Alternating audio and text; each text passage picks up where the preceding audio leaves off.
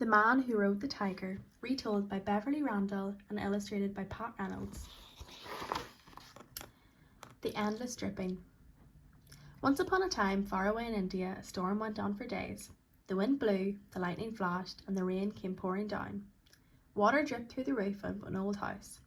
The poor woman who lived there ran back and forth as she tried to catch the drips in her cooking bowls. "Will these drips never stop?" she cried. "How I hate them! I'm not frightened of thunder and lightning, but this endless dripping is driving me mad." She wept and wailed as she pushed her bed away from the drips. "I'm not frightened of fierce tigers or crawling snakes or wild elephants," she shouted, "but this endless dripping is horrible. How I wish it would go away." The poor woman didn't know that the tiger was sheltering beside her house, listening to everything she said. The tiger thought that the endless dripping was a wild animal. He shivered with fright. What does this endless dripping look like, he wondered. It must be more terrifying than elephants or snakes, or even tigers. Just at that moment, a potter came walking along. He was wet to the skin and very angry because his donkey had run away. When the potter saw the dark shape of the tiger sheltering from the rain, he thought that he had found his donkey. He crept up behind the tiger and grabbed him by the ears. "I'm caught," thought the tiger. "The horrible, endless dripping has caught me." The tiger was terrified. He was even more terrified when the potter climbed on his back and rode him down the village street. The night was so dark and the rain was so heavy that the potter didn't notice that he was riding a tiger. He tied the beast to a post outside his house and went to bed. Everyone is astonished. The next morning, the potter's wife saw the tiger. "Do you know what beast you brought home in the storm last night?" she shrieked to her husband. When the potter saw the tiger, he gasped. He could not believe what he had done. The potter's wife told everyone in the village that her brave husband had ridden home on a tiger. "Look," she cried, "he even tied the tiger up." That very day, the Rajah who ruled the kingdom came to see the astonishing sight. The Rajah gave the potter a bag of gold as a reward, and his men carried the tiger away to the palace in a cage. The potter rides a war horse. Soon after that, the Rajah's enemies decided to attack his kingdom. They had a large army of soldiers and horses and set up camp near the border of the kingdom. The Rajah sent for his captains, who were trembling with fear. "What can we do?" said the Rajah. "The man who rode the tiger is brave enough to save us all," said the captains. So the Rajah sent for the potter. "You are afraid of nothing," said the Rajah. "You can drive our enemies away. I will give you a war horse and put you in charge of my army." The potter's knees shook when he saw the huge war horse. He did not dare tell the Rajah that he had never ridden a horse in his life. The potter had to think of an excuse. "First, let me say goodbye to my wife," he said. "Then tonight, when it's dark, I will spy on the enemy for you."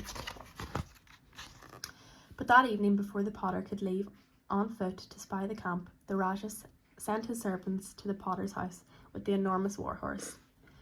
"You will just have to learn to ride it," said the potter's wife. "We can't send it back to the Rajah. Pretend that it is a donkey." "But it's impossible," said the potter. "I can't even climb up on its back. It's much too high. Just look at it." "You will have to leap up," said his wife. "Go on, jump. No one will see you in the dark."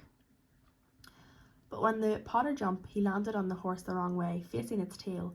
The horse reared up and the potter fell off, head first. The potter tried again and again until at last he managed to sit on the saddle, facing the horse's head. "I'll fall off again," cried the terrified potter. "I know I will." "I'll tie you on firmly," said the potter's wife. She tied her husband's legs to the stirrups and wound the rope around the horse's body. She used the second rope to tie his waist to the horse's neck. Then the horse bolted away, with the potter clinging tightly to its mane. All night long the horse galloped through fields, past villages, and over streams. The potter had no idea where he was going. When the sun rose, he grabbed at a small tree as they dashed along, hoping to stop the horse and end the frantic ride. But the ground was soft, and the tree came out by the roots. The potter yelled with despair. Just at that moment, the Rajah's enemies came in sight. Hundreds of soldiers on horseback were riding forward. The potter is a hero. When the soldiers saw the potter charging towards them on a mighty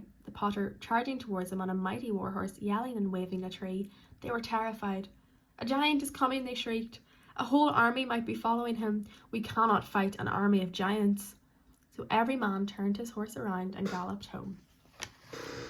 The Rajah's war horse was frightened by all the noise, and it reared up.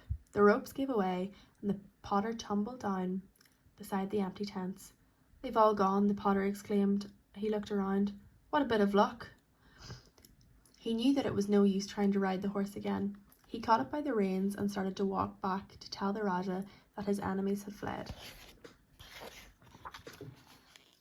News of the great victory reached the Rajah long before the potter arrived at the palace. A crowd of people gathered to cheer him. "What a wonderful person he is," they said. "You would think such a hero would ride home proudly on his horse, but look, here he comes, on foot, just like an ordinary man." The grateful Rajah gave the potter gold and houses and land. And so the man who rode the tiger lived happily ever after.